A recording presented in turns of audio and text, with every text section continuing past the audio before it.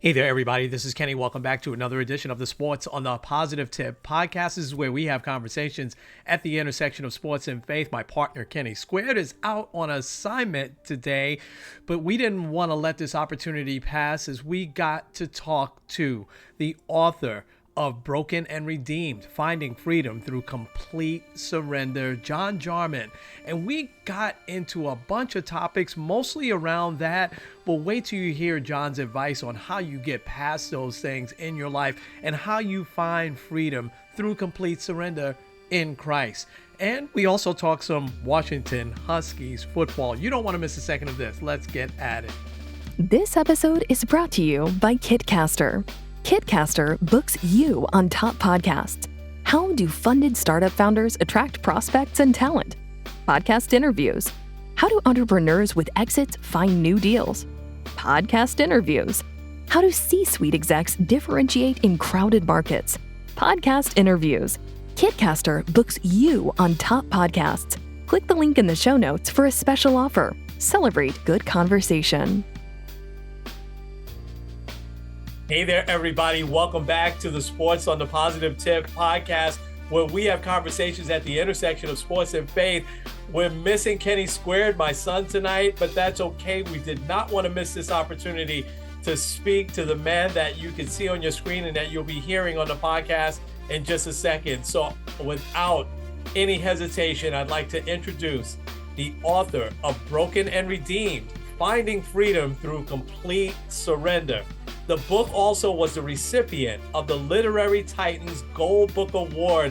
A big darn deal, folks. I want to introduce John Jarman to the podcast today. John, it is so great to meet you. How are you, sir? I'm doing great, and it's a pleasure to be on your show, Kenny, and I've been looking forward to this one since I saw your description on Podmatch. So, awesome. Thank you so much. Yeah. I want to jump right in because I was amazed at your story. I want to give you plenty of time to tell it and talk about the book. I want to just start here maybe though, because, and this will probably be part of your backstory, no childhood memory till 12 years old. And yeah, so very, very little. Wow. Talk about that and where, what happened at 12 years old. Tell us a little bit about it. Well, I grew up in a very violent home. My dad was pretty abusive and is an alcoholic, and so I grew up in a lot of violence. And when I started working with my counselor up here in the Northwest, when I moved back home, she feels that not only did I witness that abuse, I was part of it, because I don't recall any of it. And so that's what we did a lot of work with and stuff. And so at age 12 is when I mustered up the courage, and my dad was beating up my mom, and I walked into the kitchen, grabbed a knife, and I said, "Stop, or I'm going to kill you." And he left then. And we didn't have a lot of contact for a while, but after I came back from Okinawa when I was in the Marines, I went over to his house and we reconciled our relationship. And so we had a great relationship up until he passed away. And that was very special. So, I mean, the relationship did reconcile. And so I'm grateful to that happened. So. Yeah, absolutely. And that's amazing to summon up that courage at 12 years old. So I had this question a little further down, but I think I'll ask it now. Forgiveness. Obviously there's some deep, great forgiveness for you to forgive your dad. And you just said that you had a great relationship. Talk a little bit about that type of forgiveness. Well, the forgiveness that started with my dad was me punching him in the mouth. So I knocked on the door and he opened it and I hit him. He fell to his knees, stood up and said, "I deserve that, so let's go talk." And so we went and had a long conversation. And at that point in my life, I really didn't know what spiritual forgiveness was, because I wasn't walking with the Lord as much, as too much at all. My only exposure up until that time of Christ was my grandmother in Arkansas. When I visited her, she'd always say, "Johnny, God's got something special planned for you." And then when I went to boot camp, the first Sunday, the drill instructors came in and said, "Hey, you guys can go to church. It gives you an hour away from us." I said, "Sign me up," because I need an hour break from you guys. So, that's where I got kind of exposed to the church and the word. And that's where the seed was planted, I think. But, it's looking back on it, and where I'm at in my faith was, forgiveness is such a key part in your faith and being able to release the shame and the guilt and bitterness and all the stuff that you carry with it from being a victim of trauma and stuff like that. And I shouldn't say victim, a survivor of trauma is a better word for it. So yeah, wow.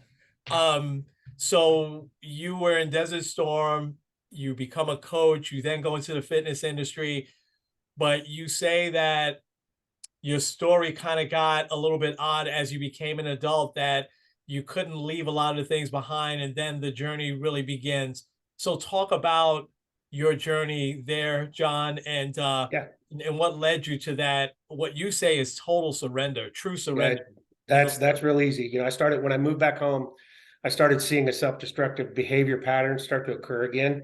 And it was really the first time I noticed it. And in my coaching career down south, I got involved with FCA and stuff. And so my faith was growing, but I still wasn't understanding certain things about the faith walk and everything like that. And so when I started working with Christina, my counselor, and then about 2-3 years into that work, I met a man at my church, and it's Scotty Kessler, and he became my spiritual mentor. And the work with those two is what led me to that time. And it was, 2016. I had lost my mom and dad had both passed. My two brother brothers had passed. My strength and conditioning facility was really struggling, and so I just had all this dumping on me. And I woke up one November morning and I just fell to the ground and I said, God, I can't do this anymore without you. And, I probably wouldn't have got to that point without Scotty's help and Christina's help. But, as I prayed that morning, and then I woke up, or I stood up and I grabbed the Bible, and when I opened it, it was at 1 John 1:5-10. And the first verse of that, it says, Jesus is the light, there is no darkness in him. And if we claim to have faith, then we cannot continue to walk in darkness. And that moment I went, I have to change my life, because that's what I was doing. I was professing faith, but I was still holding on to some of that old stuff and that sinful life that I had. And so right then I just said, I'm done. I've given it all up. And I let him take control and every aspect of my life. And, if something happened, I just hit my knees and pray about it. And, things seemed to work out. Prior to that, at 12 years old, I started controlling my life. And so the control piece was really huge and hard for me to give up, because in my early faith walk, even with Scotty, I want it in John's timing. And Scotty would be like, John, you can't do that. It's God's timing. And I'm like, I don't, and so that was the hardest piece for me. And, once I let that go, and to see what God did in my life at that point, after that, that was the truly changing point. And then because of that, I started wanting more knowledge of the word. And so that's when I enrolled in seminary school to get it. So I'm about 8 hours shy of a master's of theology. And it was just to get deeper into the word and understand it more. So yeah, wow, God bless that, man. That is fantastic. yeah. Describe that moment a little bit more, John. So you get up and it's just, is it surrender for you? Was it still a process for you?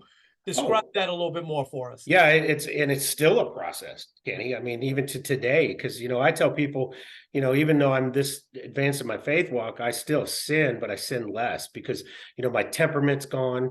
Sometimes comes back. I mean, the front wheel of my car got stolen off my car Tuesday morning, and I walked out to go to work, and I'm like, what the heck? So had a little temper there. But I tell people, no matter where you're at in your faith walk, you're still going to sin, but you're going to sin less, because you start to notice sin develops from a thought. And then if you start to think about that thought, then it becomes a behavior, and now it's a sin. And so you can stop that as you start to see the world differently, and you start to look through Christ's eyes. And that's what really happened to me, is I started seeing the world differently, started looking at people differently. And, I had a podcast host ask me one time, what's the most joyful thing that you've experienced since giving up control? And what I answered was seeing the world through Christ's eyes. Yeah. Because I see the world differently now than I did before. Because before, I was looking through John's eyes. I was prideful. I was arrogant. I was, had all this stuff, and I don't carry that anymore. So, wow. And that morning you asked about that morning, it's coming to the point where I totally humbled myself at the foot of the cross, and I became vulnerable enough to look into myself and do a self-examination of what I wasn't doing that I needed to be doing to walk closer to God. And then working through all of that, is the hard part of Christianity. And I have one of my favorite authors is A.J. Swoboda. In his first book, it's called Messy. He said your life becomes more a mess when you meet Jesus, Yes. because you have to do that self-examination. And it's important for you to go through that, because that's where the veil gets removed, I think. And that's when you start seeing the text in the Bible come more to life and speak to you. And it's when you start seeing the world through different eyes, and your heart softens and stuff. Because I had a hard heart for a long time. So and that hard heart was probably a lot of had to do with your childhood. Absolutely. Yeah. Yeah.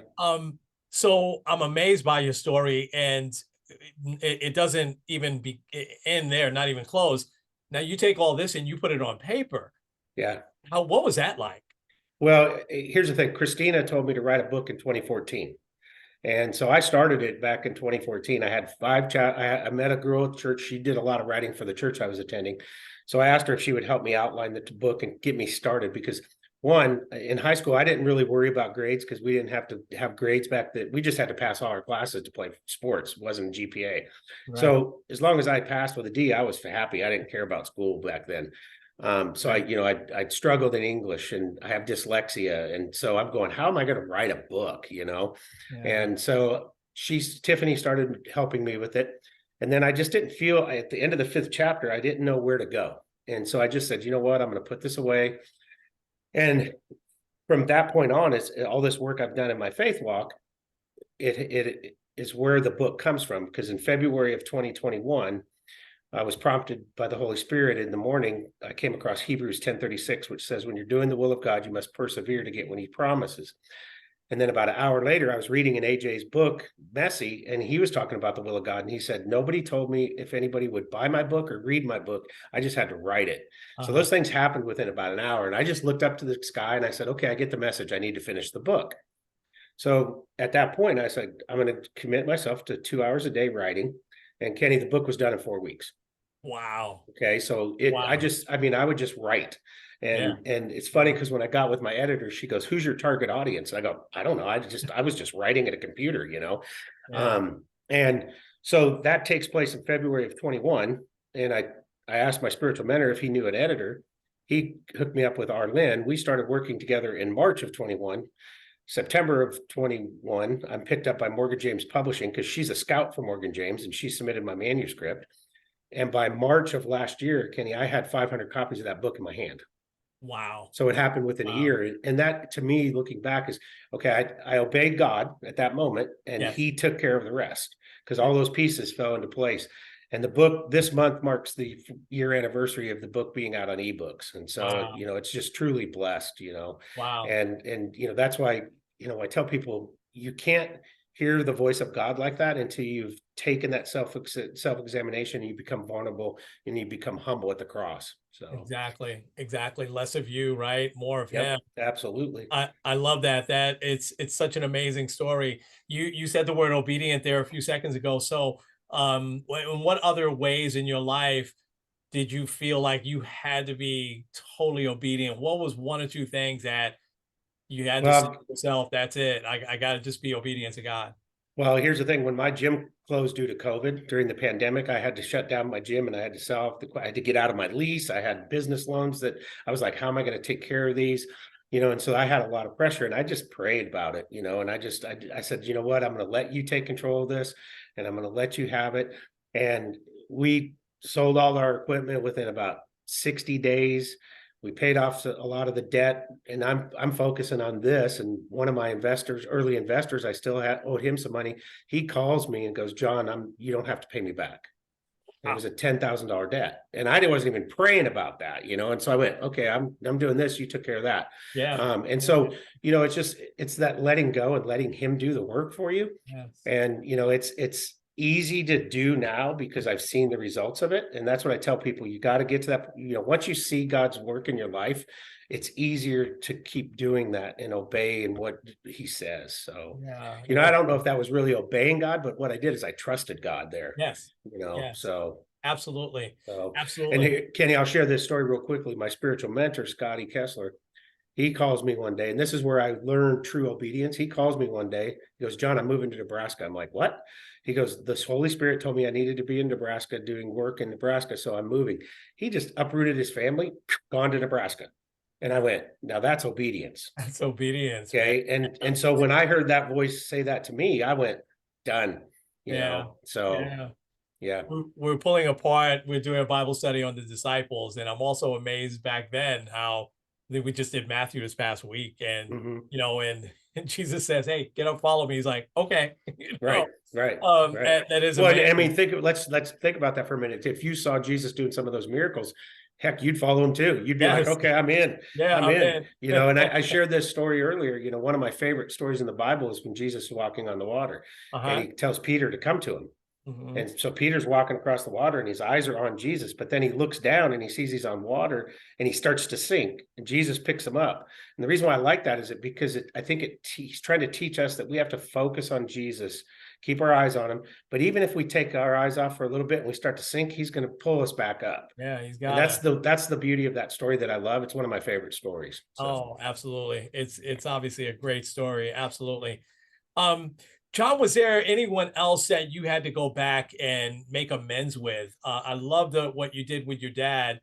And it was him more that should have apologized more than you did. But were there any other folks? Yeah, there was people, like? You know, I mean, you know, when I was coaching in my career, you know, I was more about John than I was about Jesus. And so, you know, there were some people I hurt. You know, I had a couple of my football players when the book came out, they emailed me and they you know, messaged me through Facebook, and one of them read the book and then he called and said, Coach, what, you know, why weren't you like this when you were with us? And I said, my only answer is, I'm not the same person, because Christ has changed me. You know, back then I was selfish, I was prideful and all that stuff. And I said, you know, if I hurt you in any way, I'm sorry. And, you know, I just ask you to forgive me. And, you know, that's the part of the self-examine. That's the hard part of being you know, having a walk, because people are going to see you. They're going to look at you as the way you were. And they're going to say, you were like this. Why weren't, you know, how, and then I'm just supposed to forget about that? No, I don't want you to forget about it. Forgive me, because it's not the person I am today. You know, absolutely. Absolutely. And that can never be easy. No. There's two other words I want to ask you about, and that you use. I saw in a couple of the videos you have. One is redemption and the other is freedom. So talk a little bit about redemption. I think you just hit on it a little bit. What's your definition of redemption? Well, for me, redemption comes from the cross. Okay, because without the cross, we don't have redemption, and that was the plan of the cross all along. So it gives everybody a chance to have that redemption and have that relationship with God and Jesus. And so, you know, it starts with repentance, and it starts with you having to forgive yourself, because, you know, when you've done some things that I've done, you know, you carry a little bit of guilt and shame, and so you have to forgive yourself first and understand that, and that's the redemption side of it, I think. And you know, no matter if you've walked with Christ all your life, there's still something that's probably going to need to be, you know, have some repentance and some redemption. And so that to me, and I use this example of crucifixion is, you know, crucifixion is a slow, painful death. And I think they used that method for Christ because they wanted to show us that our old life is going to die slowly, and it's going to be a little bit painful, and we're going to get a little bit bloody when we go through all this work. Yeah. And, you know, that's, to me, is the redemption side of it. Absolutely. I love that. I love that. That is fantastic. And how about freedom? How did you find because I got the feeling watching you and now talking to you now that you've got true freedom. How did you find that? Well, it was the work with Christine and Scotty. I have to give them the credit. You know, it was about 2000, I want to say 2017, I believe. I walked out of Christine's office and I sat down in my car, and the weight felt like it was off my shoulders. And I walked back into her office and I said, I'm not coming back. And she goes, what do you mean? I said, you freed me. I said, I'm free. And I was free of all that guilt and shame of being a, you know, survivor of trauma. Yeah. And it was so free. It was so freeing. But then as I progressed and worked with Scotty, you know, and worked through the spiritual side of it and released some of the strongholds that I had from my past life, then that's where the freedom really happened, you know. And it's an amazing thing. And, you know, I would say to your listeners, you know, no matter what you're going through, don't be afraid to ask for help. You know, that's where the humility comes in. Put your ego down, ask for help, find a professional counselor or spiritual mentor, and because you can't go through it by yourself. You have to have somebody that can, help guide you through these things, because it's going to be a little bit tough. So Yeah, I love that that definition of freedom for you, and I think that's so relevant for everybody. Um, and I love that you asked for help in two different ways. But did I see right? Do you sometimes get asked, "Hey, why did you get a counselor?" Just depend on God. And I don't know, man. For me, even as a pastor, I don't understand that. I'm so ecstatic that you got help from both ways. How did you feel about that? well, when people say that, I said I did trust God. God put Christine in Yes. my life. Here's why I say that, Kenny, because when I decided to go seek counseling, the first two counselors I called weren't seeing patients, and Christina was, and she was the one I was supposed to be with. Yes. And I'll share this with you because of your background. When one session we had a demonic spirit show up, Mm. and so then I worked with Scotty, because Scotty does deliverance ministry, and so I had a lot of stuff I had to work through, and I don't share that all the time, because some people, as some people don't like to hear that side of Christianity, Mhm. and but it's real. It is. And I know what happened that day, and from that day on, that's where my work with Scotty changed tremendously, and Yeah. that's where the freedom came. I use the term strongholds. That's what Scotty uses for that, whatever you want to call it. Well, So yeah, yeah, yeah, but you broke all those strongholds, man, yes, yeah, which is amazing. You're such yeah, a light, and I love seeing it and feeling it, even though we're virtually right now. right. I could see what a light you are and how you broke everything. Um, Well, if well, you ever want me to come back and speak to your congregation, I'll be happy to. well, okay, well, yeah, and listen, it's on tape, so I'm going to take Okay. you up on that. Um, But I see, Kenny, this is my thing. Now this is where God put me. And 3 years ago, if you'd have told me I was going to be doing this, I would have laughed at you. But He called me to write this book, to share my testimony, and now to speak the gospel, and to try to help people through their trials and their tribulations. And it's not a how-to book; it's a what I did book.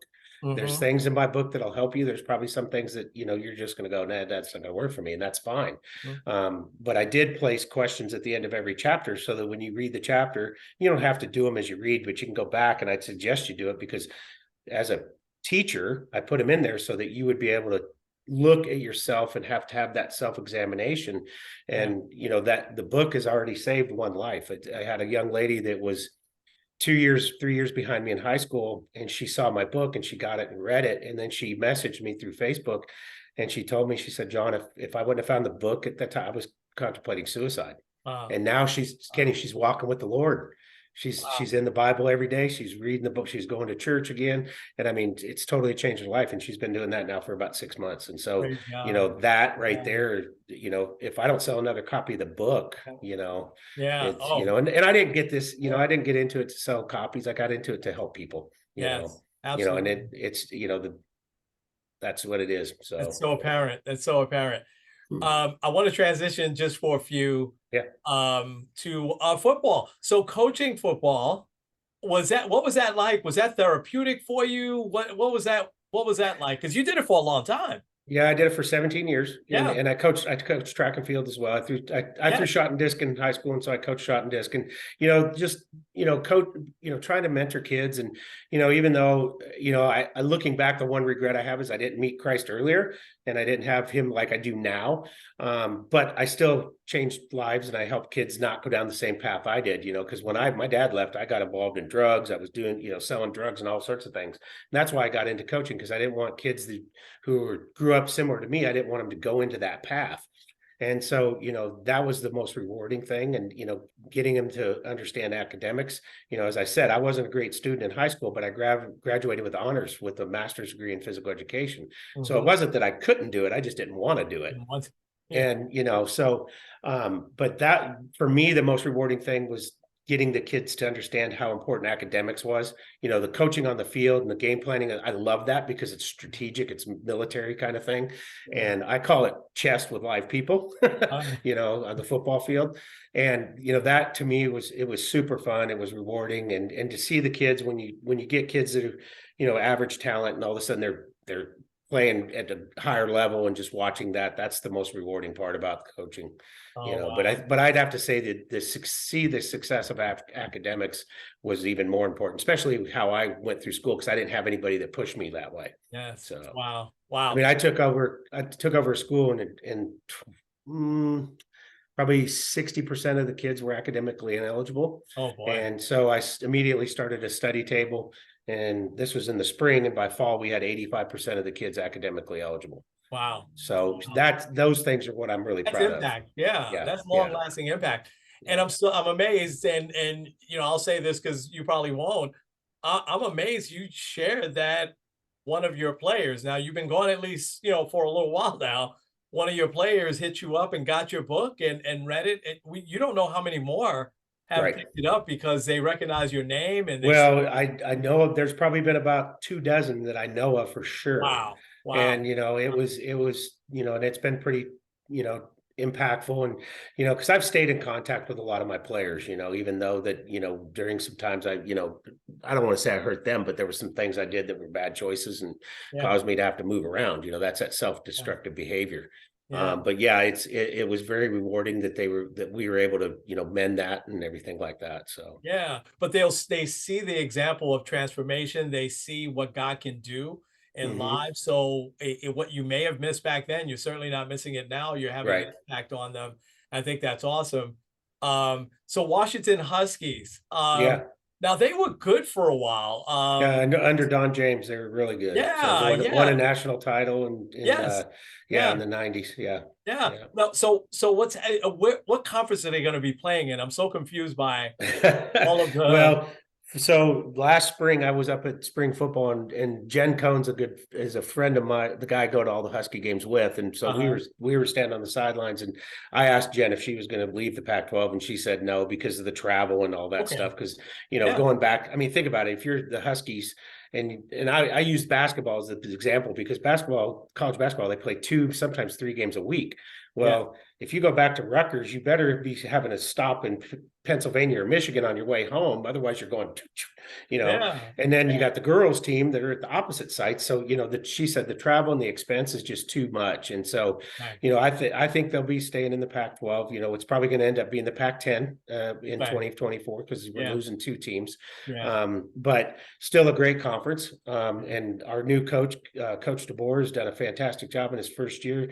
He won 11 games. I mean, he's won more games than Don James did in the first year, Yeah. so he's done a fantastic job. He's a great person. Sat down and talked to him. All the staff is really nice. So we go up to some functions, and it gives me an opportunity to grab a couple of those guys and talk to them one-on-one. And I give them my background so they understand that I'm coming from a coaching perspective. And Yeah. so, it's been really nice getting to those guys, and I can't see anything but great success coming towards the Huskies. Yeah. Oh, no doubt. That is awesome. And you mentioned before we came on that you like the college atmosphere better than the pro atmosphere. I think that's great. So you little bit follow the Seahawks, so you kind of Yeah, know. well, Yeah. I mean, they're my home team, but when I grew Yeah. up here, we didn't have the Seahawks. Yeah. Seahawks weren't around until 1976, and so I was Right. actually a Husky Raider fan, because Okay. I love John Madden, and I have a lot of respect for his coaching. John still has the highest winning percentage of a coach out of the NFL history. Yeah. Yeah. And so all the great Raiders back in that day, Uh, Lester Hayes, uh, Kenny Stabler, all those guys, I could name them all. Stable. Yeah. And so, that was where I, kind of focused when I was a young kid. And Yeah. then when the Seahawks came, you know, I'll support them because they're our home team, but I still have a lot of ties with the Raiders. And, Yeah. when they fired John Gruden, I kind of put my Raider gear away, because the first time they hired, because Yeah. when John went to Tampa, He went to but he won the championship when he coached yeah. first So, year. I mean, but I'll watch NFL because I'm a football guy, Yeah. and when I watch football, it's from a coaching standpoint. I'm not, I'm looking at schemes and what they're Yeah. doing and how they're trying to attack defenses and that type of stuff, because it's just in my blood. Yeah, So, you're seeing things that most of us, right. aren't seeing. Was there ever a better rivalry? And this is just an argument I make, but you brought up that era. Was there a better rivalry in that era than the Steelers and the Raiders? I mean, do Oh you yeah. remember those games? Yep. Oh my Yep. gosh. Yep. They just would tear each other up. I Yep. remember the Raiders would knock off the Steelers in the regular season, but then they couldn't beat them in Couldn't beat them in the the playoffs. playoffs. Yep. Yeah. Well, the immaculate reception was Uh, Raiders and Steelers. Raiders and Steelers. Yeah. Yeah. Yeah. Yeah. Those So are that. and Yeah. then and that's what I love about college football, because the rivalries, and I coached in Georgia, so I've coached in SEC country, Oh, and SEC football is a little different, and it's probably because the way the high schools run their programs, and they really prepare those kids for college down there. yes. And to me, there's no better rivalry than Alabama Auburn. Oh, And I say that because Alabama doesn't have an NFL team. So yes. that's all they got. That's all they got. And Yeah. those two teams, when they get in, and Michigan, Ohio State rivals that, but Yeah. I still, Yeah. the Iron Bowl for me, Georgia, Florida, it's a different world down there in the SEC. Yeah. Yeah. That's on my bucket list to get there one day to see. Oh, that you'll love it, because yeah. I've been to a few of them. Yeah. So Yeah. so, Yeah. Yeah. Oh man. Last question on sports, and then I want to ask uh-huh. more after Uh-huh. that. Who's Washington's main rival? Is it Washington State? No, it's the Ducks. Oh, okay. Sorry. It's Oregon Ducks. Okay. So they as much as Alabama, Auburn hates each other, it's more now. Really? It's more, or yeah, oh yeah, it's deep. I didn't know that. Oh Wow. yeah, Wazoo. I mean, it's in-state rivalry. Don't get me wrong, but we've dominated that rivalry for so many years, and for Wazoo, it's probably a more important game than it is for us. We want that Oregon game. I mean, we refer to it as the school down south. We don't even say their name, Yeah. and and they had beat us probably 10 years in a row, and when Chris Peterson was our coach, we went down there and we hung 70 on them. It was 70-0, and it was a beautiful day. They got smoked in their first game, I think, this past year. By Georgia. Yeah, by Georgia. Yeah, Then well, they quite I mean, let's look at that Georgia team. They got probably 15 guys that are going to go in the NFL draft this year. Oh, yeah. That they're loaded, and I love Kirby Smart. I like Nick Saban. Nick's a little brash. Some people don't like him, but I like his coaching philosophy, and I like how he coaches. And Kirby was with him for so long, and then for Kirby to get a chance to go back to his alma mater, I love, I just love his coaching style, and it would be a joy to meet him. And I'll share this little story. When I moved back to the West Coast, I was coaching then still, so I plotted a course across the country, and I stopped at the University of Memphis, the Oklahoma University, Air Force Academy, Denver Broncos, Boise State, Utah, and I stopped and I met with their coaches for probably 4 or 5 hours at each stop, watching video and taking notes. It was one of the best trips I'd ever had, because I called ahead and scheduled it and everything. Yeah. And it took me about 8 days to drive across the country, because I would meet with him, then I'd go to the next city, stay the night, get up, go to the next college. And when I was so Troy Calhoun, who's now the Air Force head coach, he was at the Broncos at the time, and he took me took me around the facility and stuff. It was really nice. So wow, man, oh man, that's a dream trip. Yeah, that's a dream trip. John, God bless you. Man, oh man, I knew it would be great talking to you. You're so inspirational. You're setting an example for so many. So may God bless that and continue to bless it, and give you the strength to continue to tell your story. And so how can people get your book and maybe connect with you? Well, the book's available anywhere books are sold. So it's on ebooks. It's Barnes & Noble, anywhere books are sold. If you want a signed copy, go to my website, brokenandredeemed.com. And when you order the book, just click on this little button that says you want a signature in that book, and I'll sign it and ship it out to you. They can connect with me on social media. It's John_brokenandredeemed on Instagram. And then Facebook, it's just my name, John Jarman, and so any of those channels. Now, you said you had one more question, I think, Kenny. Yeah, no, that was it. Okay. Make sure that we were able to connect with you. But we have a small men's group here at the church that once they listen to this podcast, we may be reaching out to you. So please do. But listen, man, continued success, continued the way you're soaking up what the Lord's doing in your life is just so apparent. It'll be apparent in your voice for folks that'll listen, but folks that'll watch the video, it's so apparent, just, in your eyes and in your face. So, well, I appreciate that. I appreciate that. That means a lot to me. So yeah, absolutely. When you keep doing this work too. So. Oh yeah, thank you, yeah. Absolutely. Well, folks, we're gonna leave it there. This has been the Sports on the Positive Tip podcast with Kenny and with John, and we'll talk to everybody real soon.